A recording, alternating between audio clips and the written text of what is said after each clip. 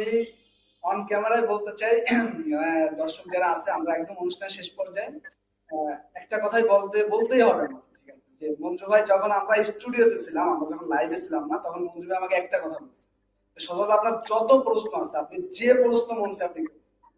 মানে এই যে একটা জায়গা, মানে এই কথাটা আমার বলাটা খুবই জরুরি আমি মনে করছি লাইভ চলাকালীন সময়, যে সবাইটা জানা উচিত যে সে হয়তো বা সে অনেক কিছু করতে পারে না, বা অনেক দুর্নাম আছে বদনাম আছে, ওই আলাপে আমি যাবোই না, ঠিক আছে?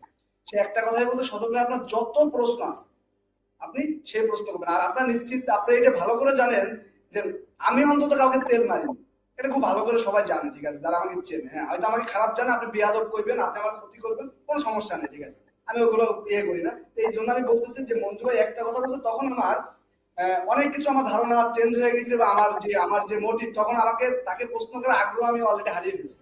তাহলে তাহলে কি প্রশ্ন করবো? যে প্রশ্ন বলতেছে যে আমাকে সকল প্রশ্ন করেন, কোনো ইয়ে না, আপনার যত প্রশ্ন আছে।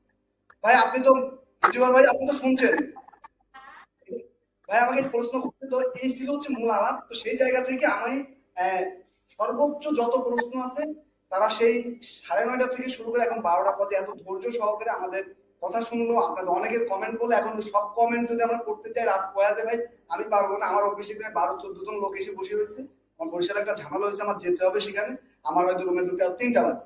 তো সেই জায়গা থেকে আমি আমাদের সিনিয়র দুজন নেতৃবৃন্দ, একজন শিক্ষক, আমি প্রেজেন্ট করছি, আমি আসলে এইভাবে কথা বলি।